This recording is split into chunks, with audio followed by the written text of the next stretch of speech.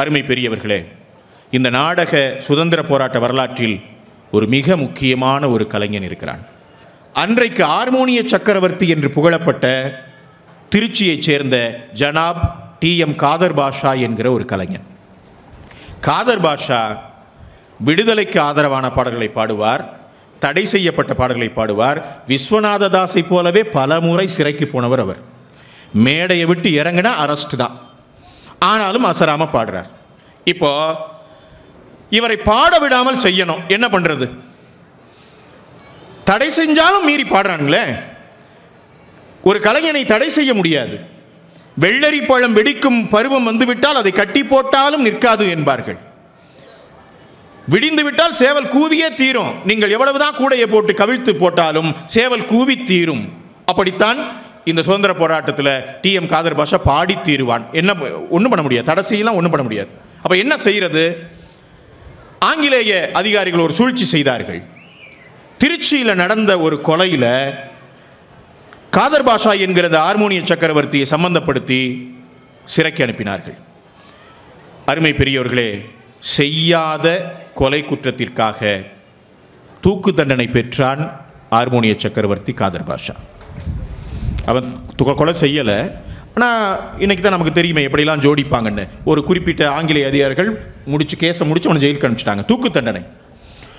சிறையில் இருக்கிறார் காதர் பாஷா. தூக்கிலிட வேண்டிய நாளும் வருகிறது. உங்களுக்கு தெரியும், தூக்கிலிடுவதற்கு முன்னால் ஒரு சிறையில் ஒரு நடைமுறை உண்டு. அது தூக்கிலிடப்பட்ட கைதிட்ட கேட்பாங்க, உன்னுடைய கடைசி ஆசை என்ன அப்படின்னு கேட்பாங்க. கடைசி ஆசை என்னன்னு சொன்னால் அதை நிறைவேற்றி வைப்பார்கள். இது ஒரு நியதி. உங்களுக்கு இந்திய சுதந்திர போராட்ட வரலாற்றில் மாவீரன் பகத்சிங் ஒரு புத்தகத்தை படித்து கொண்டிருந்தான். மார்ச் 24 தான் தூக்கு, ஆனால் 23 வந்து சிறை அதிகாரிகள் சொல்கிறாங்க, இன்னைக்கு ஒரு நாள் முன்னால் உன்னை தூக்கில் போட சொல்லியிருக்கிறாங்க. பகத்சிங் கேட்குறார், நாளைக்கு தானே தூக்கு? இல்லை, இன்னைக்கே போட சொல்லியிருக்கிறாங்க. சரி, எனக்கு ஒரு அரை மணி நேரம் தர முடியுமா? நான் ஒரு புரட்சியாளனோடு உரையாடி கொண்டிருக்கிறேன். என்னவா? அவன் ஒரு புத்தகம் படிச்சுட்டு இருக்கான். மாமேதை லெனின் எழுதிய அரசும் புரட்சியும்னு ஒரு புத்தகம். இந்த புத்தகத்தில் இன்னும் ஒரு 20 பக்கங்கள் இருக்கிறது. அரை மணி நேரத்தில் நான் படித்து முடித்து விடுவேன், பிறகு தூக்குக்கு வருகிறேன். அந்த கருணை மிக்க அந்த சிறை அதிகாரி அனுமதிக்கிறார். அரை மணி நேரத்தில் அந்த புத்தகத்தை முடித்துவிட்டு நிமிர்ந்த நன்னடையோடு போகிறான். லால் சலாம், லால் சலாம் காம்ரேட் என்று சிறையிலே இருப்பவர்கள் முழக்கமிட, அந்த இந்த தேசத்திற்காக தன்னுடைய உயிரை தந்தான் மாவீரன் பகத்சிங் என்று நாம் வரலாற்றிலே படிக்கிறோம். அவனுடைய கடைசி ஆசை, அதை நிறைவேற்றி, குறைந்தபட்ச ஆசையை நிறைவேற்றி வைத்தார்கள். இப்போ காதர் பாஷாட்ட கேட்டாங்க, உன்னுடைய கடைசி ஆசை என்ன? ஒரு வேடிக்கையான ஒரு கதை உண்டு. ஒரு சர்வதேச நீதிமன்றத்தில் 3 பேருக்கு தூக்கு தண்டனை விதிச்சாங்க. யாருன்னா ஒரு அமெரிக்காக்காரன், ஒரு ரஷ்யாக்காரன், ஒரு இந்தியாக்காரன். அமெரிக்காக்காரன்ட்ட உனக்கு தூக்கு தண்டனை அப்படின்னாங்க. அவன் சொன்னான், கணம் நீதிபதி அவர்களே, உன்னுடைய கடைசி ஆசை என்ன அப்படின்னு கேட்டபோது அவன் சொன்னான், கணம் நீதிபதி அவர்களே, எனக்கு ஒரு ஆசை, எங்களுடைய அமெரிக்காவில் ரொம்ப புகழ்பெற்ற பானமாகிய பியர் குடிக்க வேண்டும். நீதிபதி சொன்னார், யாரங்கே கொண்டு வந்து பியர் கொடுங்க. கொடுத்தாங்க, குடித்தான். என்னப்பா இப்போ தூக்குக்கு போறியா? இன்னொரு ஆசை இருக்கு, சொல்லு. என்ன? அமெரிக்காவினுடைய விடுதலை கவிஞன் வால்ட் விட்மன் இருக்கிறானே, அந்த வால்ட் விட்மனை புதைத்த ஒரு கல்லறை இருக்கிறது, அந்த கல்லறைக்கு பக்கத்தில் என்னை தூக்கில் போட்ட பிறகு என்னை புதைக்கணும்னு கேட்டான். நிறைவேற்றுங்கள்னு அனுப்பிச்சு விட்டார். அடுத்து ரஷ்யாக்காரன் வந்து நின்னா, உனக்கு என்னப்பா கடைசி ஆசை? எங்களுடைய நாட்டில் புகழ்பெற்ற சாராயமாகிய ஓட்கா என்கிற மது அருந்த வேண்டும். யாரங்கே கொண்டு வந்து கொடுங்கள்னு சொன்னாங்க. கொடுத்தாங்க, குடித்தான். குடித்த பிறகு கேட்டார், தூக்குக்கு போறியா? எனக்கு இன்னொரு ஆசை இருக்கு. என்ன? ரஷ்ய புரட்சியை நடத்தினாரே மாமேதை லெனின், அவருடைய உடலை வைத்திருக்கிறார்கள், அந்த சமாதிக்கு பக்கத்தில் என்ன புதைக்கணும் சாமின்னு கேட்டான். நிறைவேற்றுங்கள்னு அனுப்பிச்சு விட்டார். அடுத்து இந்தியாக்காரன் வந்து நின்னா, நம்ம தமிழ்நாட்டுக்காரன், உன்னுடைய கடைசி ஆசை என்னப்பான்னு கேட்டார். கணம் நீதிபதி அவர்களே, அவர்களைப் போல குடிக்கிறதுலாம் நான் கேட்க மாட்டேன், எனக்கு நல்ல சேலத்து மல்கோவா மாம்பழம் சாப்பிடணும்னு ஆசையாக இருக்குது சாமின்னா. யாரங்கே கொண்டு வாருங்கள்னாரு. சிப்பந்தி வந்து சொன்னான், அந்த மாம்பழ சீசன் முடிஞ்சு 1 மாதம் ஆகுது, இன்னமே மாம்பழ சீசன் வரணுன்னா 10 மாதம் காத்திருக்கணும். நீதிபதி அவனை பார்த்தாரு, எனக்கு ஒன்றும் அவசரம் இல்லை சாமி, நான் காத்துக்கிட்டு இருக்கேன்ட்டான். 10 மாதம் கழித்து கொண்டு வந்து கொடுத்தாங்க.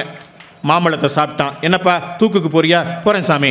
ஆனால் எல்லாருக்கும் 2 ஆசை சொன்னீங்கல்ல, எனக்கு ஒரு ஆசை. என்ன ஆசை? கணம் நீதிபதி அவர்களே, என்னை தூக்கிலிட்ட பிறகு உங்களுடைய சமாதிக்கு பக்கத்தில் என்ன புதைக்கணும் சாமின்னா.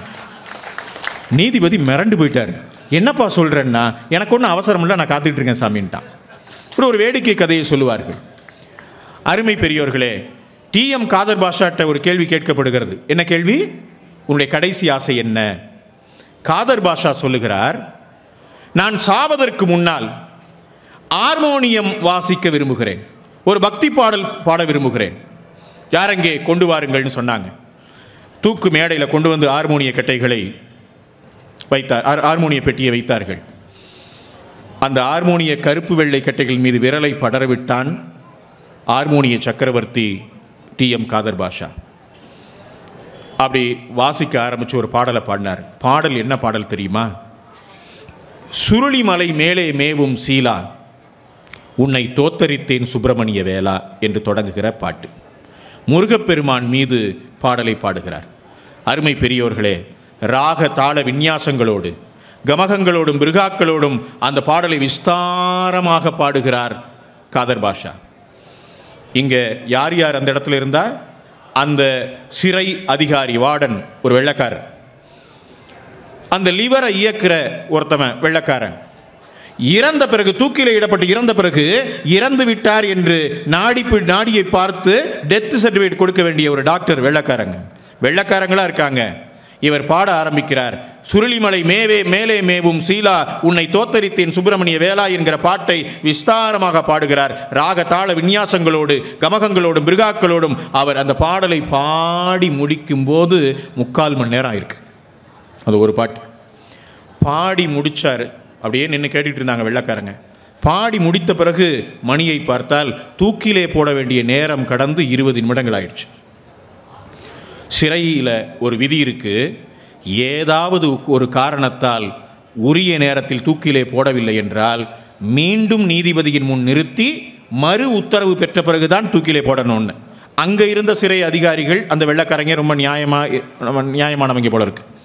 இப்போன்னா காதும் வச்சபடி முன்னால் கொஞ்சம் டைமை போட்டு முடிச்சிருப்போம். அவங்க மறுநாள் கொண்டு போய் நீதிமன்றத்துக்கு முன்னால் நிறுத்துறாங்க. நீதிபதி ஒரு வெள்ளைக்காரர். அவர் கேட்டார், நேற்று ஏன் தூக்கில் போடலை இவர் ஒரு பாடல் பாடினார், கேட்டுக்கொண்டிருந்தோம், நேரம் போனதே தெரியவில்லை. என்னையா இது? தூக்கில் போடுறதுங்கிறது என்ன? டெய்லி 4 தூக்கா போடுறீங்க, அரிதினும் அரிதான விஷயத்துக்கு தானே தூக்கில் போடுறோம், ஏன் இதை தவற விட்டீர்கள் என்று கேட்டுவிட்டு நீதிபதி கேட்டார், அப்படி என்ன பாடினார்? கூண்டில் கொண்டு வந்து நிறுத்தினாங்க காதர் பாஷாவை. ஹார்மோனிய பெட்டி கொண்டு வந்து வைக்கப்பட்டது. அருமை நண்பர்களே, மீண்டும் ஹார்மோனிய சக்கரவர்த்தி இசைக்க ஆரம்பித்தார். அதே பாட்டு, சுருளிமலை மேலே மேவும் சீலா, உன்னை தோத்தரித்தேன் சுப்பிரமணிய வேளாங்கிற பாட்டு. மீண்டும் 3/4 மணி நேரம் அப்படியே பின் டிராப் சைலண்ட்டு.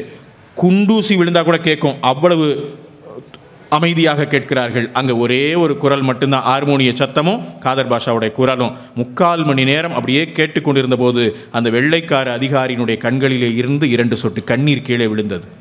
அவன் பேனாவை எடுத்து எழுதினான், இப்படி உருக்கமாக பாடுகிற இவன் ஒருபோதும் கொலை செய்திருக்க வாய்ப்பே இல்லை, இவனை விடுதலை செய்கிறேன் எழுது. ஆனால் அருமை பெரியோர்களே, இதில் ஒரு நுட்பத்தை நீங்கள் கவனிக்க வேண்டும். பாடியவன் ஒரு இஸ்லாமியன், பாடப்பட்ட பாடல் முருகப்பெருமானின் மீது. அதை கேட்டு கிறங்கி நின்றவர்கள் தமிழே அறியாத கிறிஸ்தவர்களாகிய ஆங்கிலேயர்கள். இசைக்கு, கலைக்கு மொழி இல்லை, தேசமில்லை என்பதை நிரூபிக்கிற ஒரு நிகழ்வு இது. இன்றைக்கு மதங்களுக்கு இடையிலே சண்டை மூட்டிவிட்டு கொண்டிருக்கக்கூடிய கொடூரமான கொலைகாரர்கள் இன்றைக்கு அதிகாரத்தோடு இருக்கக்கூடிய இந்த காலத்தில் நாம் இந்த செய்தியை மீண்டும் மீண்டும் உரக்க பேச வேண்டியிருக்கிறது என்பதை நீங்கள் நினைவிலே வைத்துக் கொள்ளுங்கள்.